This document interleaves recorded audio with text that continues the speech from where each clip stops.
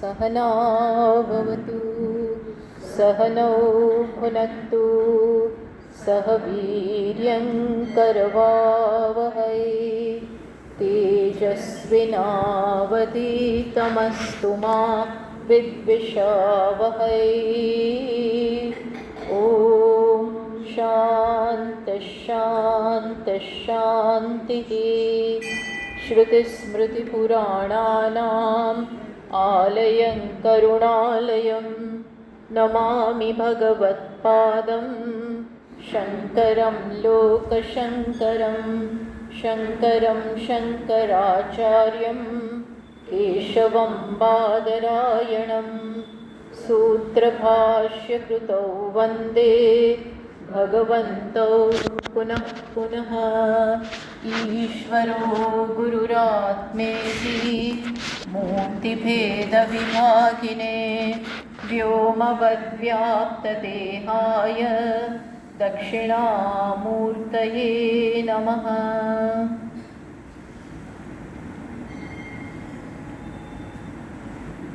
वसुदेवसुतं देवं कंसचाणूरमर्दनं देवकी परमानन्दं કૃષ્ણં વંદે જગદ્ગુરુમ. તો આપણે ભગવદ્ ગીતામાં 18મા અધ્યાયમાં છીએ અને અત્યારે 49મો શ્લોક ઉપર આપણે આવ્યા છીએ. 49મા શ્લોક ઉપર તો પોતપોતાના કર્મ કરવાથી અર્થાત કર્મયોગની ભાવનાથી, અર્પણની ભાવનાથી જ્યારે કર્મ કરવામાં આવે તો કઈ સિદ્ધિ પ્રાપ્ત થાય છે? તો અંતઃકરણ શુદ્ધિરૂપી સિદ્ધિ પ્રાપ્ત થાય. અને એ સિદ્ધિ પ્રાપ્ત થયા પછી જ્ઞાન કેવી રીતે થાય એની હવે ચર્ચા આવી રહી છે. તો 49મા શ્લોકમાં કહે છે, અને જ્ઞાનરૂપી સિદ્ધિ. જ્ઞાનરૂપી સિદ્ધિ એટલે નૈષ્કર્મ્ય સિદ્ધિ. આત્મા નિષ્કર્મા છે, આત્મામાં કર્મ છે જ નહીં, એ અંતિમ સિદ્ધિ. આત્મામાં આત્મજ્ઞાન નિષ્ઠા એ કઈ રીતે પ્રાપ્ત થાય તો એની હવે વાત ભગવાન કરે છે. એટલે પહેલી સિદ્ધિની વાત કરી અંતઃકરણ શુદ્ધિ કર્મયોગ દ્વારા. હવે બીજી સિદ્ધિની ભૂમિકા ભગવાન તૈયાર કરી રહ્યા છે. અસક્ત બુદ્ધિ સર્વત્ર જીતાત્મા વિગત સ્પૃહ નૈષ્કર્મ્ય સિદ્ધિમ પરમામ સંન્યાસેનાધિગચ્છતિ. આ શ્લોક થઈ ગયો છે ને આપણે? અચ્છા, તો અસક્ત બુદ્ધિ સર્વત્ર. સર્વત્ર આસક્તિથી રહિત બુદ્ધિ. પછી જીતાત્મા, જેનો પોતાના ઉપર સંયમ છે. વિગત સ્પૃહ, જે બધી સ્પૃહાથી, આસક્તિથી, તૃષ્ણાથી રહિત છે. એ સંન્યાસેન નૈષ્કર્મ્ય સિદ્ધિમ પરમામ અધિગચ્છતિ. એ સંન્યાસ વડે અર્થાત સાધના વડે આત્મજ્ઞાન પ્રાપ્ત કરવાના માર્ગથી કઈ રીતે નૈષ્કર્મ્ય સિદ્ધિ પ્રાપ્ત કરે છે એ પરમ ઉત્કૃષ્ટ નૈષ્કર્મ્ય સિદ્ધિ. નૈષ્કર્મ્ય સિદ્ધિ એટલે શું? આત્મનિષ્કર્મા છે એનું બરોબર જ્ઞાન. એ આત્માના સ્વરૂપમાં સ્થિત થવા સમાન છે, સ્થિત થવું જ છે. તો એ ભગવાન એની હવે વાત કરે છે.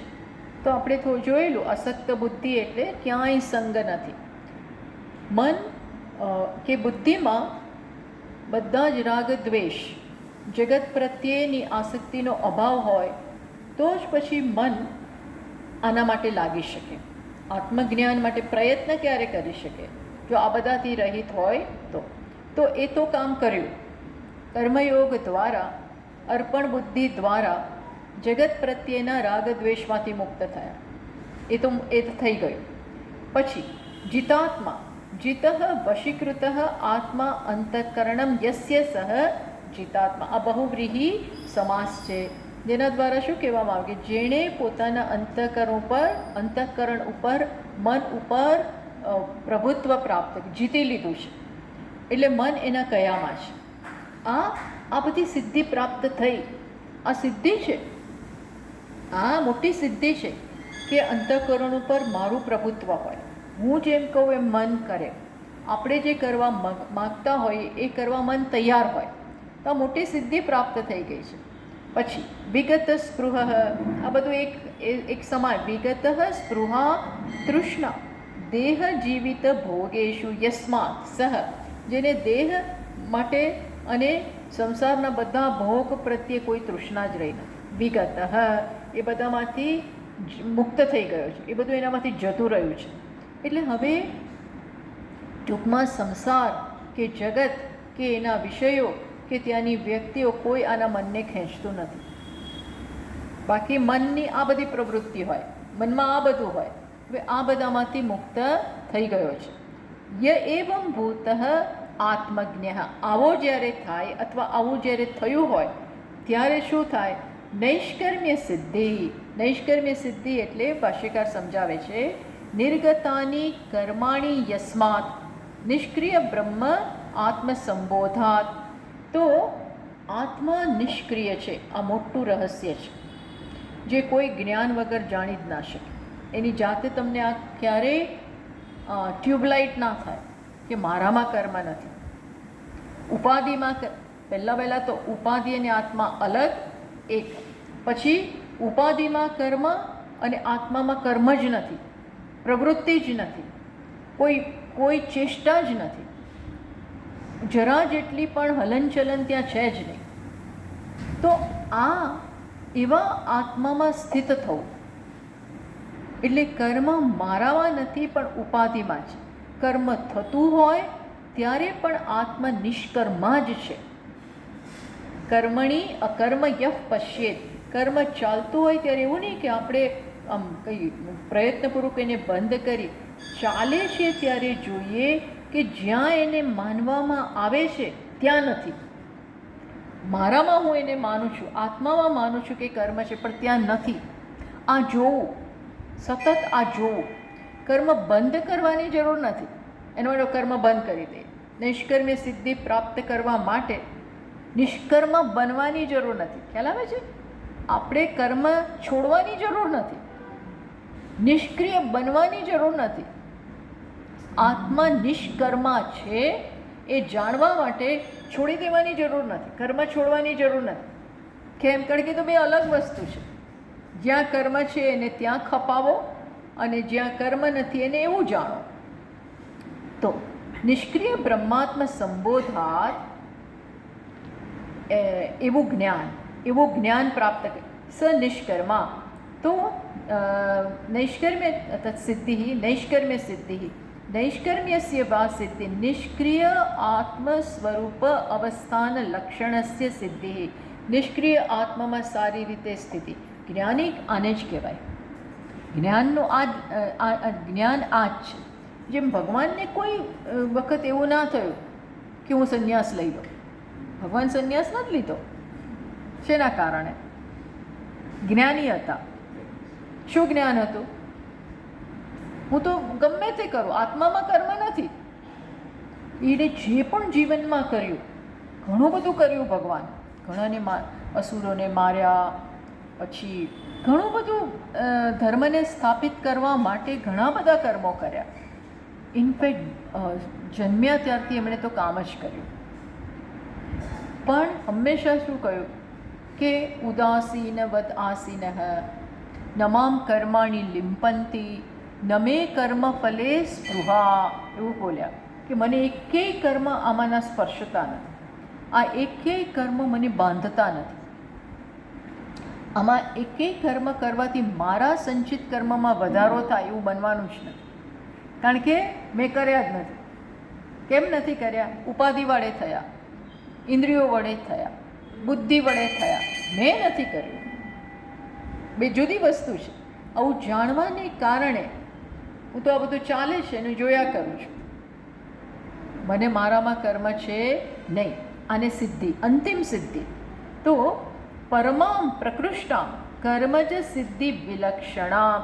આ સિદ્ધિ કયા સિદ્ધિથી અલગ છે? કર્મથી પ્રાપ્ત થતી કર્મથી પ્રાપ્ત થતા ફળ અને વિષયો એના કરતાં જુદી સિદ્ધિ છે.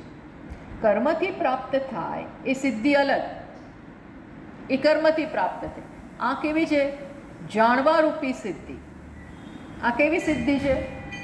આત્મા નિષ્કર્મા છે એ જાણવારૂપી સિદ્ધિ થઈ. આ કોઈ કર્મનું પરિણામ નથી. કર્મનું પરિણામથી જે પ્રાપ્ત થાય એ કર્મથી પ્રાપ્ત થયું.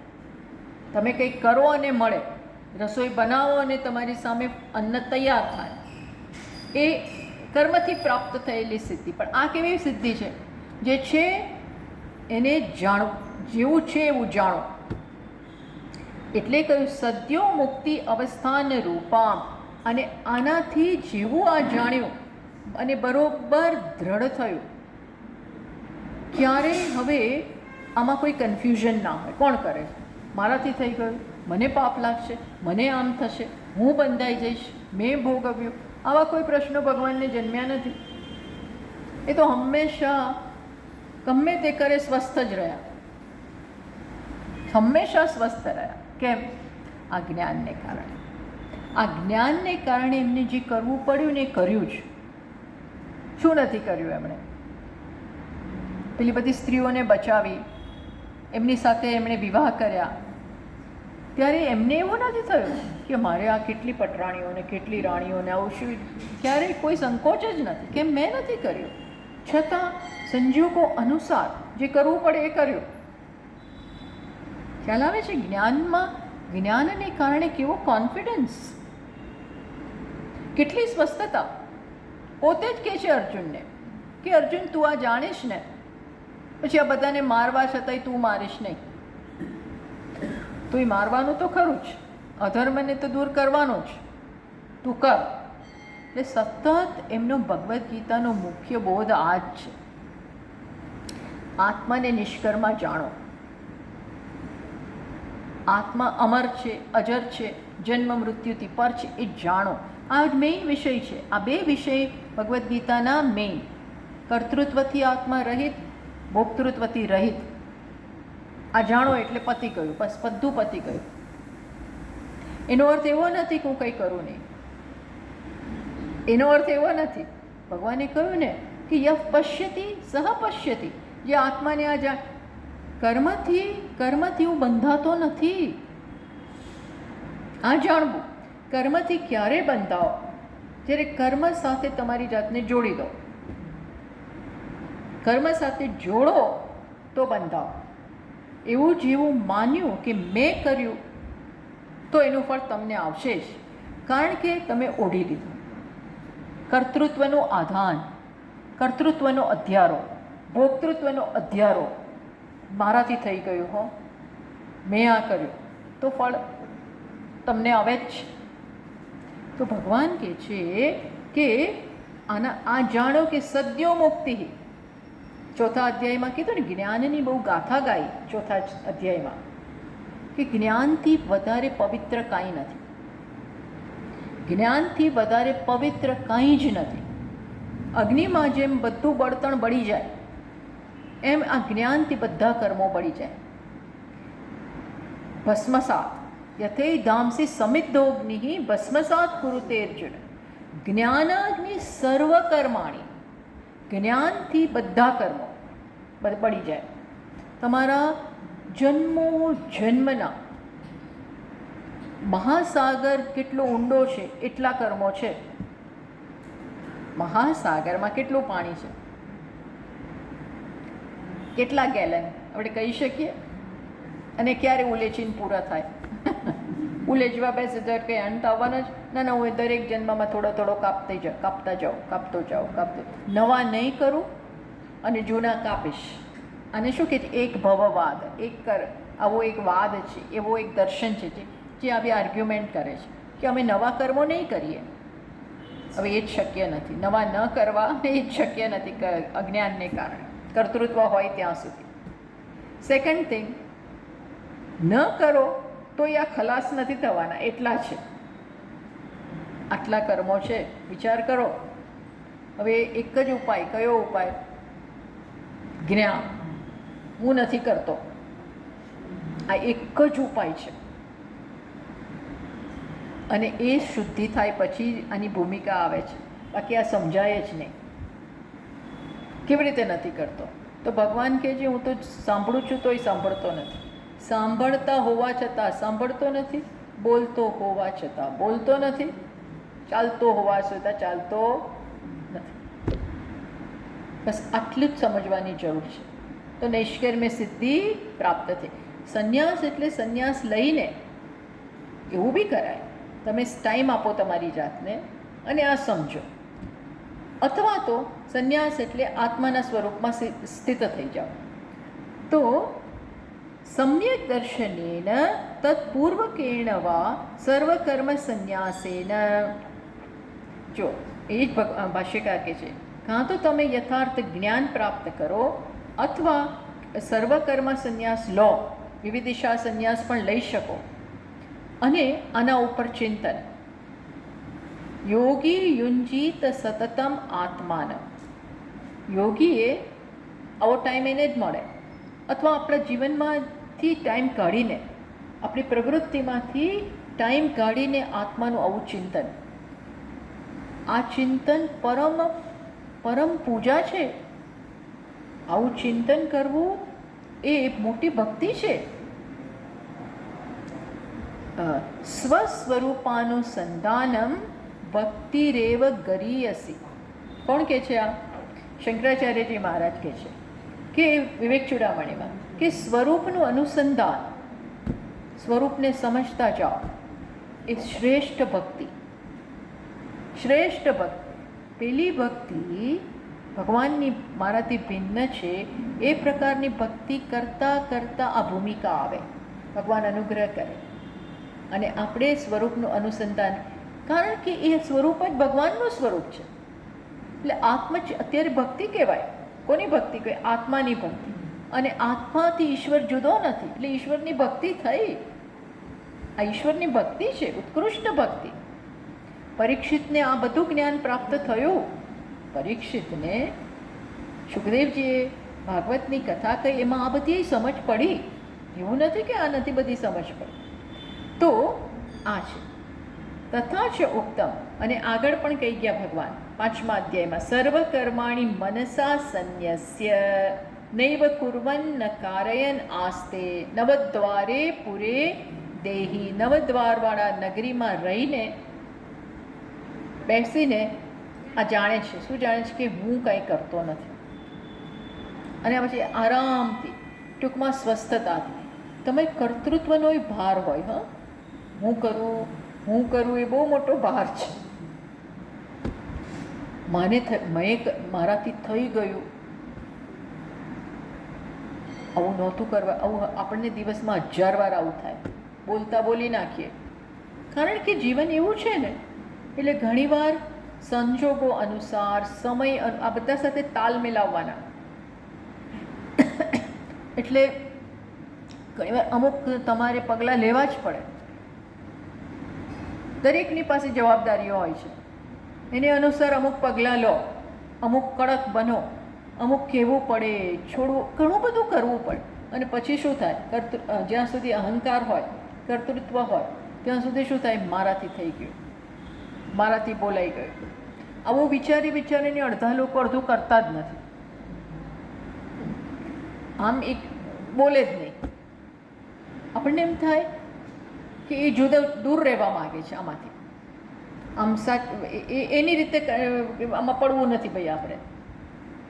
પણ હવે તમે જવાબદારીપૂર્વકનું તમારું સ્થાન હોય, ધારો કે, તો પછી જે એક્શન લેવાના હોય એ નહીં લો તો શું થશે? જેમ અર્જુનનો જ કેસ લો, હું નહીં પડું આમાં, હું આમાં નહીં પડું. ધારો કે એવું નક્કી કરીને બેસી ગયો, આના કરતાં તો છોડીને જતા રહેવું સારું. આ લોકોને કરવા દો, આ દુષ્ટોને લડ્યા વગર રાજ્ય જોઈતો હોય તો લઈ લેવા દો. એવું બોલ્યો.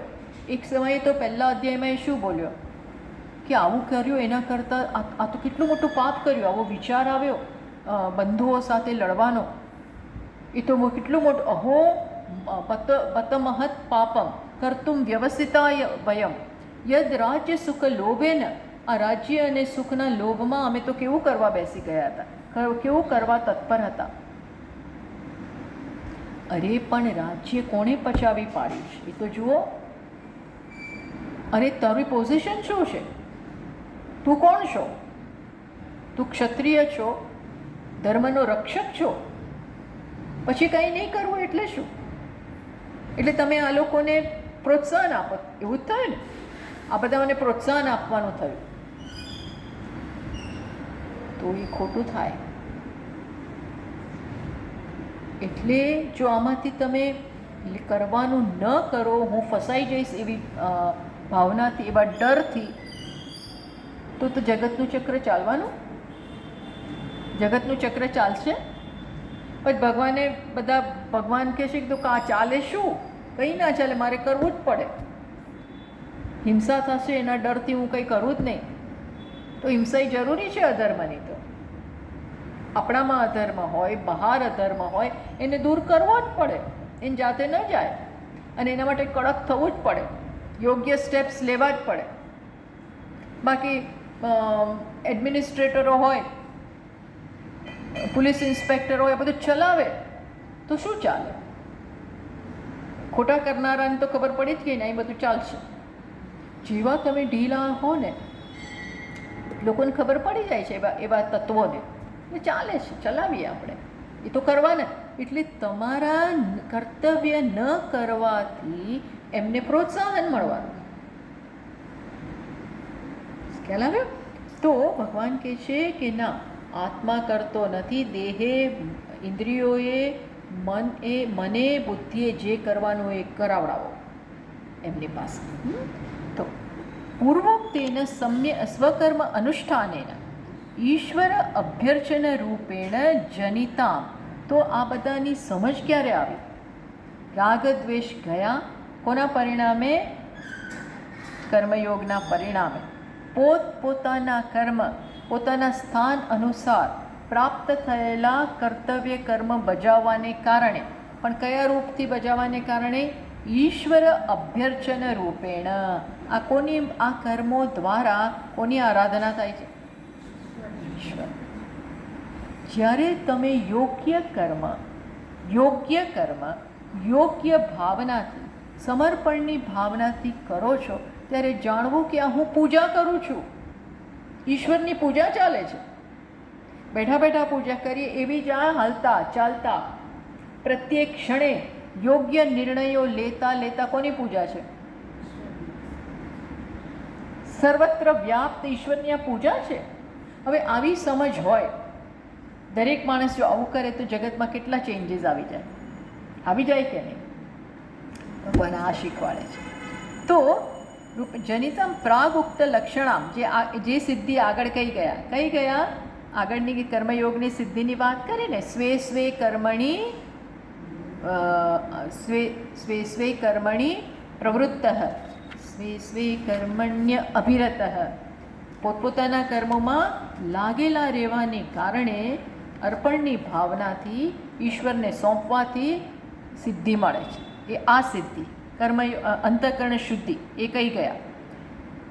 સિદ્ધિમ પ્રાપ્તસ્ય ઉત્પન્ન આત્મવિવેક જ્ઞાનસ્ય, અને પરિણામે જિજ્ઞાસા આવી, હૃદય શુદ્ધ થયું, આત્મજ્ઞાન સમજ પડી.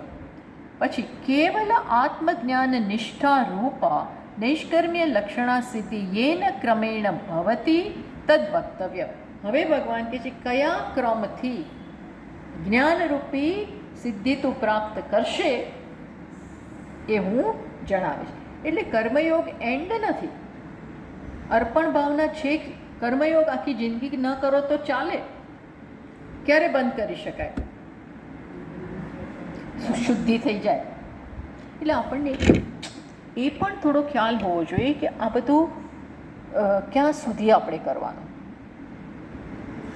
જેવી શુદ્ધિ પ્રાપ્ત થઈ, હવે એકદમ તમે તમારું માઇન્ડ, તમારી બુદ્ધિ, તમારી રુચિ જ્ઞાન તરફ, ભક્તિ તરફ એ બધું વળવા માંડે, તો પછી સંસાર થોડો સંકેલો તો વાંધો નથી.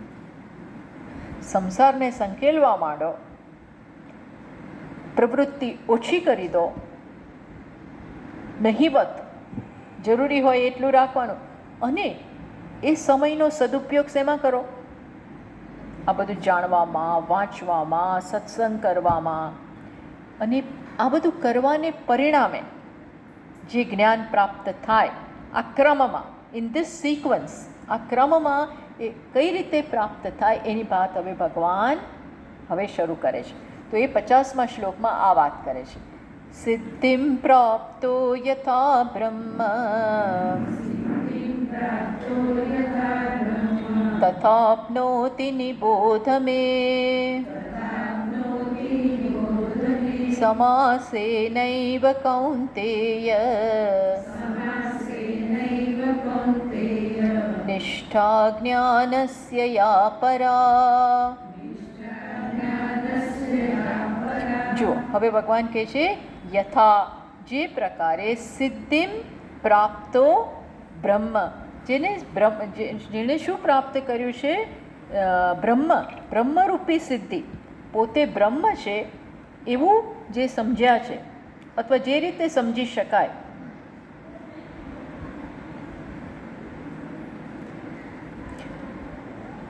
જેનું અંતઃકરણ શુદ્ધ છે, એ જે રીતે બ્રહ્મને પ્રાપ્ત કરે છે. એટલે પહેલું સ્ટેપ તો પહેલાં કરવાનું જ, એ કરો પછી આગળ વધાય છે. એ કરો નહીં તો આગળ વધાતું જ નથી. એટલે જીવનમાં પહેલું ધ્યેય કયું છે? શુદ્ધ બનો, એકદમ ઉમદા વ્યક્તિ બનો, શુદ્ધ બનો, રાગદ્વેષ રહિત બનો. જગત પ્રત્યે મારું એક કર્તવ્ય છે, હું પણ આ ભગવાન જે કામ કરી રહ્યા છે એમાં હું જોડાઉં, આવી સમજ આવે, આ પહેલી સિદ્ધિ થઈ. પછી કેવી રીતે, ક્યાં મારે પહોંચવાનું છે અને કયા ક્રમથી, એની હવે ભગવાન વાત કરે છે. સિદ્ધિમ યથા સિદ્ધિમ પ્રાપ્તો બ્રહ્મ, પછી પ્લસ બીજી શેની વાત કરશે કે જ્ઞાનીની જે પરમ નિષ્ઠા છે, પછી જ્ઞાનની જે પરમ નિષ્ઠા છે, જ્ઞાનસ્ય યા પરાનિષ્ઠા, જ્ઞાનની જે ઉત્કૃષ્ટ નિષ્ઠા છે, કઈ છે? નૈષ્કર્મ્ય આત્મા છે એ જાણવું. આ કઈ રીતે થાય? સમાસેનૈવ મે નિબોધ યથા પ્રાપ્નોતિ તથા સમાસેનૈવ મે નિબોધ. આ તું સંક્ષેપમાં મારી પાસેથી જાણ. શુદ્ધ થઈને, શુદ્ધ થયેલી વ્યક્તિ કઈ રીતે બ્રહ્મને પ્રાપ્ત કરે છે જ્ઞાન નિષ્ઠા દ્વારા, એ તું હવે મારી પાસેથી સાંભળ. એ આ વિષય ભગવાને હવે શરૂ કર્યો. સિદ્ધિમ પ્રાપ્ત, સિદ્ધિ પ્રાપ્ત કરેલો માણસ, જેને સિદ્ધિ પ્રાપ્ત થઈ, સિદ્ધ. જો ભગવાનની દૃષ્ટિએ સિદ્ધ પુરુષ કોણ છે?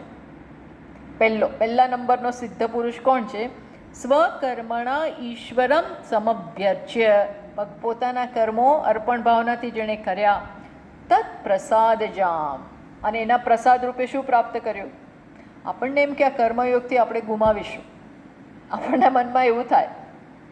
લાભ જોતા હોઈએ ને હંમેશા, તું તરત એમ થાય આ હું બધા માટે કરું છું, મને જ કાંઈ મળવાનું નથી, નકામો હું ઘસાઈ જઈશ, લોકો કદર નહીં કરે. કોઈને આપણા મનમાં આવું થઈ જાય, કોઈને ક્યાં પડી છે, આપણે શેના માટે મરી જઈએ છીએ, કોઈને પડી તો છે નહીં, કોઈ આપણી કદર તો કરતું નથી, એ તો એમનામાં જ પડ્યા છે, તો હવે આપણે શેના માટે મરી? આવા ઘણીવાર વિચાર આવી જાય ને, શેના માટે હું આ કરું છું? જેને ખરું છે એને પડીએ નથી, જેના માટે કરું છું એને તો પડીએ નથી, અને કદર એ કરવાના નથી. તો આપણું મન છે ને થોડું ઢીલું પડી જાય. છોડો, આપણે નથી કરવું, આ લોકો માટે ઘસાવાની જરૂર નથી, એવું થઈ જ જાય. તો ભગવાન કહે છે કે તત્ પ્રસાદ જામ, તો આ તો ચાલુ જ રાખવાનું, આપણે એ નહીં જોવાનું, એ શું છે એ નહીં જોવાનું, આપણે કેવા બનવું છે એ જોવાનું. તો એના પર પ્રસાદ જામ, એના પ્રસાદ રૂપે શું પ્રાપ્ત થાય?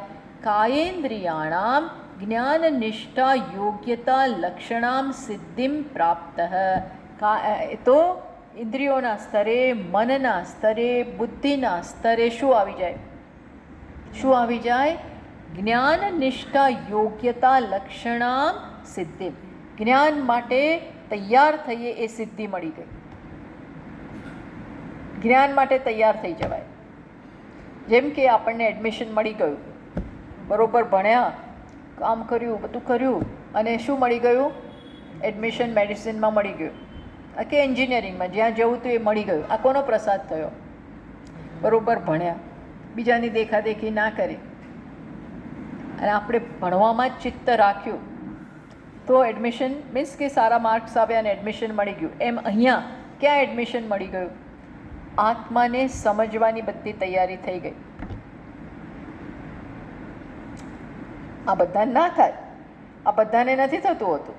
તો કે છે સિદ્ધિમ પ્રાપ્ત ઇતિ તદ અન્હા. તો આવો પુરુષ એટલે આ બહુ આગળ વધેલો પુરુષ છે. આવી વ્યક્તિ બહુ આત્મ ઉન્નતિની સીડી ઘણી ચડી ગયો. આ હવે બહુ જાજુ કામ બાકી નથી. તો આ વ્યક્તિ, ભગવાન હવે વાત કરે છે, યથા યેન પ્રકારેણ બ્રહ્મ પરમાત્માનમ આપનોતિ. હવે જે પ્રકારે પરમાત્માને, આત્માને એ જાણશે કે પ્રાપ્ત કરશે, એ તું હવે બહુ સંક્ષેપમાં મારી પાસેથી સાંભળી લે. એટલે ભગવાન આવા બધા ગૂઢ રહસ્યો કહે છે. આવા રહસ્યો બધાને ના કહે. અર્જુનને આવા બધા રહસ્યો વારંવાર ભગવાન કયા કરે છે. વારંવાર આ બધા રહસ્યો કહે છે. તમે છે ને તમારા અમુક ગૂઢ વાતો તમારા નજીકના માણસોને જ કહો, બધાને કહો. બધી વાત બધાને ના કહેવાય, પણ કારણ કે એને સમજવાના ના હોય અથવા દુરુપયોગ કરે, બધું થાય. પણ અહીંયા નજીકની વ્યક્તિ હોય, લાયક હોય, વિશ્વાસુ હોય અને સમજવાનો હોય તો એને વાત કરે. એમ ભગવાન કહે છે હવે તું મારી પાસેથી સંક્ષેપમાં સાંભળ. કેમ વિસ્તરેણ? ના, તો કે બહુ વિસ્તાર કરશો? 18મા અધ્યાયમાં તો પહોંચી ગયા છે. બહુ વિસ્તાર કરશો તો કે ના. યથા બ્રહ્મ પ્રાપ્નોતિ તથા નિબોધ ઇતિ અનેન યા પ્રતિજ્ઞાતા બ્રહ્મ પ્રાપ્તિ તામ ઇદંતયા દર્શિતો. એ હું હવે બહુ સંક્ષેપમાં તને કહીશ. તો એ બ્રહ્મનિષ્ઠા કેવી હોય? એ બ્રહ્મનિષ્ઠાનું જરા વર્ણન કરો ને.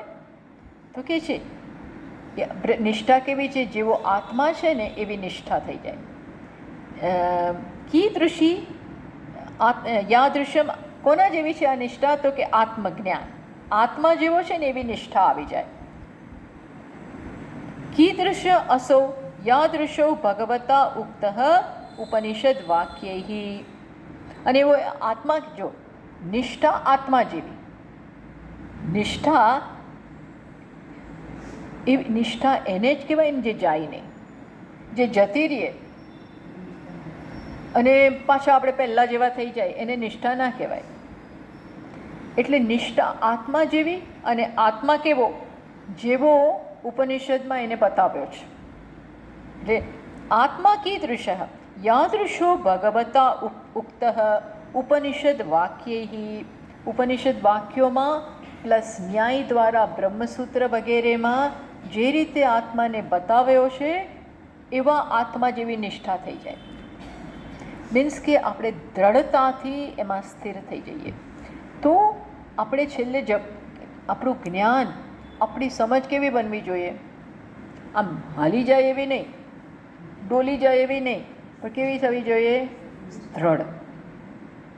દ્રઢ, જે ક્યારેય હવે ખસવાની નથી. એટલો પરિપક્વતા આપણે એવા નાના મોટા સંજોગોથી, નાના મોટા જીવનમાં ઉથલ પાથલ થાય એનાથી હલી નહીં જાય એવી પ્રકારની નિષ્ઠા આવી જશે.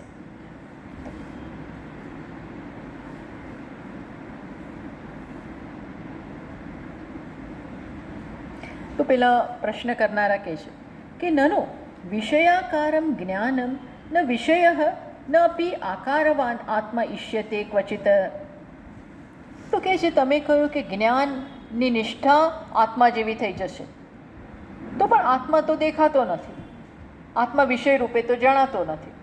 તો તમે કેવી રીતે કહો છો કે આત્મજ્ઞાન એવું તમને થશે એટલું દ્રઢ? તો કેવું થશે? તો કે છે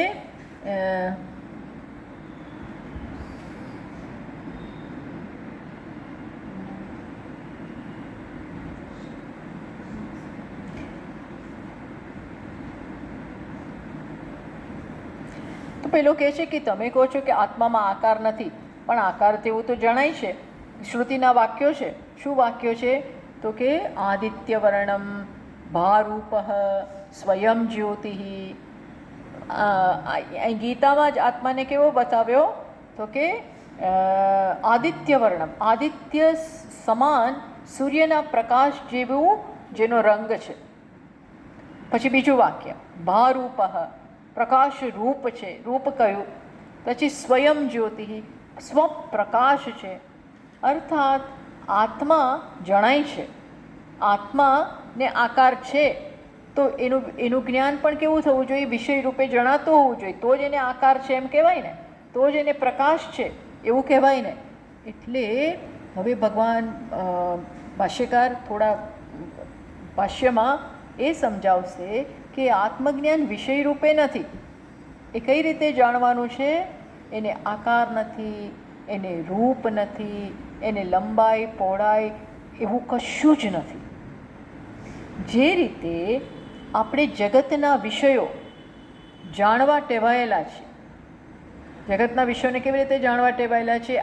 આનું આ નામ છે, આનું આ રૂપ છે, આની આટલી લંબાઈ છે, આ આવું છે, આવું છે, આવું છે, આ રીતે જાણીએ ને. એવી રીતે આત્માને બતાવી આવો. એટલે પ્રશ્ન થાય કે તો પછી જણાય કેવી રીતે? તો જણાય જ કેવી રીતે? જેમ કે કેનોપનિષદમાં કહ્યું કે વાણી એના વિશે બોલી ના શકે. યદ વાચા અનભ્યુદિતમ યેન વાગ અભ્યુદ્યતે. પણ જેના કારણે વાણી બોલે, તો બોલી ન શકાતું એવો વિષય હોય જેના વિશે બોલી જ ના શકીએ, જેને ગ્રહણ ના કરી શકીએ એવો વિષય હોય? તો કે હોય. કેમ ના હોય? કારણ કે એના કારણે તો વાણી બોલે છે, એના જ કારણે તો મન ચાલે છે. એટલે એ ન હોય એવું કહેવા એ તમે કહી ના શકો. એટલે એ કેવું છે? નથી વિષય રૂપે જણાતો, દૃશ્ય રૂપે જણાતો નથી, છતાં છે. એટલા માટે જ્ઞાન કોને થયેલું કહેવાય? તો કેનોપનિષદમાં સ્પષ્ટ કહ્યું અવિજ્ઞાતમ વિજાનતામ, અવિજ્ઞાતમ વિજાનતામ, વિજ્ઞાતમ અવિજાનતામ. આ સૂત્રાત્મક ભાષા છે બધી. અવિજ્ઞાતમ વિજાનતામ, જે જાણે છે ને, સાચા જાણનારા, એને આત્મા કેવો છે? દેખાય નહીં. કોઈ દૃશ્ય વિષયને એ લોકો આત્મા માને જ નહીં, કોઈ પ્રકાશને આત્મા માને નહીં. જે સામે દેખાતું હોય એને આત્મા ગણાય જ નહીં. કારણ કે એ જો આત્મા થયો, મેં જેને જોયો એ આત્મા થયો, તો તમે કોણ? તમે તો હજી જાણવાના રહી ગયા ને. હું જોનાર અને આત્મા દેખાયો. જે દેખાય એ કેવું હોય? અલગ હોય. આટલી જ બુદ્ધિ ચલાવવાની છે. તો એ ક્યારેય આત્મા ના હોય. એટલે જાણનારાઓ માટે વિજાનતામ, આત્મા કેવો છે? અવિજ્ઞાતમ. અને અવિજ્ઞાતમ વિજાનતામ, વિજ્ઞાતમ અવિજાનતામ. જે નથી જાણતા એ શું જાહેર કરે? જાણીએ છીએ, અમે જાણીએ છીએ બહુ સારી રીતે. એવું શિષ્ય પેલો બોલ્યો ને કેનોપનિષદમાં કે બહુ સારી રીતે જાણું છું, મન્યે સુવેદેતી, બહુ સારી રીતે મને ખબર છે. તો ગુરુને જરાય ના ગમ્યું અને ગુરુ સતર્ક થઈ ગયા કે આને કાંઈ ખબર પડી નથી. કેમ? એનો અર્થ એવો થયો કે એને કંઈક દેખાય છે, એને કંઈક અનુભવાય છે અને એને આત્મા માની બેઠો છે. એટલે એને કોઈ જાતું, તું પાછો જા. મીમાંસ્યમેવ તે. શું કીધું ત્યાં? તારે વિચાર કરવાની હજી જરૂર છે. ફરીથી લેક્ચર ના આપ્યું, પણ જે તે સાંભળ્યું છે યથાર્થ એના ઉપર ફરી તું ગંભીરતાપૂર્વક વિચાર કર, આવું કીધું. શિષ્યએ પણ સમજી ગયો શું કીધું, એટલે જઈને ફરી એણે શ્રવણ કર્યું. શ્રવણ તો નહીં પણ મનન કર્યું. અને પછી એ આવીને કીધું કે હું એવું નથી કહેતો કે નથી જાણતો, જાણું પણ છું અને નથી પણ જાણતો, આવું કીધું. જાણું પણ છું અને નથી પણ જાણતો. જ્યારે જાણું છું એવું કહે છે ત્યારે એને શું અર્થ હતો? શું અર્થ હતો? હું આત્મરૂપે, હું જ આત્મા છું એવું જાણું છું, નથી પણ જાણતો. એનો અર્થ શું થયો? દૃશ્ય રૂપે જોતો નથી. આ બધી સૂક્ષ્મતા, આ સૂક્ષ્મતા એટલે મનમાં આ પ્રકારની શક્તિ આવવી જોઈએ, તો આ બધું થાય. અને એ ક્યારે થાય? સંસારથી આપણે થોડા છૂટા થઈએ. સંસારનો બિચારાનો કોઈ વાંક નથી, પણ સંસારમાં કઈ રીતે આપણે બંધાઈ ગયા છે. મને આ થયું એ ના ગમ્યું, આણે આમ કર્યું એ ના ગમ્યું, મારે આ કરવું પડે છે, આમ છે તેમ છે. એમાં આપણું મન ફસાયેલું ફસાયેલું ફસાયેલું. ઘણીવાર તો બહુ ફસાઈ જાય છે. ફસાઈ જાય છે.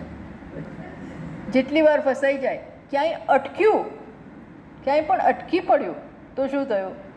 એટલી વાર આત્મા કહે છે, આત્મા તરફ ધ્યાન જ ના આપે. જેમ કૃષ્ણ નાના હતા ને, બાલ ગોપાલ, ત્યારે માં બીજા બધામાં પડી રહી હતી. મહેમાનો આવ્યા અને દૂધમાં ને દહીંમાં ને માખણમાં ને આ બધામાં. તેમને ગમે નહીં કે આ તો આમાં પણ મારું ધ્યાન આપતી નથી. અને બધા પ્રસંગો આવ્યા અને આને ગાડાની નીચે સુવડાવી દીધો. તો કે હવે જોતું એમ કરી ટૂંકમાં જેને ધ્યાન આપવાનું છે ધ્યાન આપતા નથી. આ બધા ફસામણીમાં, આ બધા ચક્કરોમાં ફસાઈ જવાને કારણે ઇમ્પોર્ટન્ટ બની જાય. જે અગત્યનું નથી એ શું બની જતું હોય છે? અગત્યનું નથી. એટલે વસ્તુ અગત્યની છે કે નહીં એ શું કરવું પડે? વિવેક કરવો પડે. આપણે રખે ને જે વિવેક અગત્યનું નથી એને એટલું મોટું સ્થાન આપી દઈએ અને અગત્યનું બાજુમાં રહી જાય છે. એમાં ને એમાં વર્ષો નીકળી જતા હોય છે, જતા રહે છે, સમય જતો રહે. આપણે દિવસમાં એ પહેલાં અગત્યનું પતાવે ને આપણા માટે અગત્યનું એટલું રસોઈ, મહેમાનની ખબર કાઢવાની, પેલું કરવાનું આ બધું અગત્યનું હોય છે. પછી થાકેલા હારેલા પછી આપણે ધ્યાન કરવા બે એટલે ઊંઘ જ આવી જાય. સાંભળવામાં ઊંઘ આવી જાય, સાંભળતા ઊંઘ આવી જાય. કેમ? થાકેલા છીએ, રાત્રે ઊંઘ ના થઈ હોય, ઊંઘ જ નથી. સ્ટ્રેસ બહુ છે ને લાઈફમાં, સ્ટ્રેસ બહુ છે. લોકોને સ્ટ્રેસ બહુ હોય છે. એટલે બહુ આમાં તો બધી રીતે ફિટ હોઈએ ને તો આ કામનું છે, ફિટ રહેવું પડે. તો હવે એ મોટો વિષય આવે છે. તો આપણે આ વચ્ચેનું ભાષ્ય છે ને, હું એનો તમને સાર કહી દઈશ. બધું બહુ જ ભાષ્યકારે લખેલું છે. અને પછી પાછા જેમ સ્થિતપ્રજ્ઞના લક્ષણો બીજા અધ્યાયમાં આવ્યા, પછી 12મા અધ્યાયમાં આવ્યા, પછી 14માં આવ્યા, એવી જ રીતે વળી પાછા આ લાયક વ્યક્તિ જે છે, તૈયાર અધિકારી છે, જેને જ્ઞાન પ્રાપ્ત થાય એના પાછા લક્ષણો આપણને નિષ્ઠા કોને કહેવાય એના માટે લગભગ 1, 2, 3 ને 4 51થી 54મા શ્લોક સુધી. હવે એ શ્લોકોમાં ભગવાન જ્ઞાનની નિષ્ઠાનું વર્ણન કરશે. બસ પછી એન્ડ આવે છે, પછી એન્ડ આવશે. અને પછી પોતાના અનુગ્રહથી શું થાય એ ભગવાન વાત કરશે. એટલે હવે ખરા અર્થમાં આ 5 શ્લોકમાં નિષ્ઠા પાછી વર્ણન કરશે. ભગવાનની આ સ્ટાઇલ છે કે વારંવાર સ્થિતપ્રજ્ઞની વાત કરે. તો મેં કહ્યું ને બીજા અધ્યાયમાં, પછી કયા અધ્યાયમાં? 12માં, પછી કયા? 14માં, અને હવે આવે છે 18માં આવશે. એની સાથે કન્ક્લુઝન થશે, કહેવાનું બધું કહેવાઈ જશે. પછી કહેવાય જશે. પછી તો છેલ્લી ફોર્માલિટી છે. ફોર્માલિટી પણ નહીં, પણ ભગવાન પછી છે ને કહેશે કે તું ત્યાં બધું મેં કીધું માનીશ નહીં ને તો તું તારો પતન જ થશે, એવું કહેશે. થોડી ચીમકી પણ આપશે, એ પણ આપણે પછી જોઈએ. ચલો. ઓમ પૂર્ણમદ પૂર્ણમિદમ પૂર્ણાત પૂર્ણમુદચ્યતે પૂર્ણસ્ય પૂર્ણમાદાય પૂર્ણમેવાવશિષ્યતે. ઓમ શાંત શાંત શાંતિ. હરિ ઓમ. શ્રી ગુરુભ્યો નમઃ. હરિ ઓમ.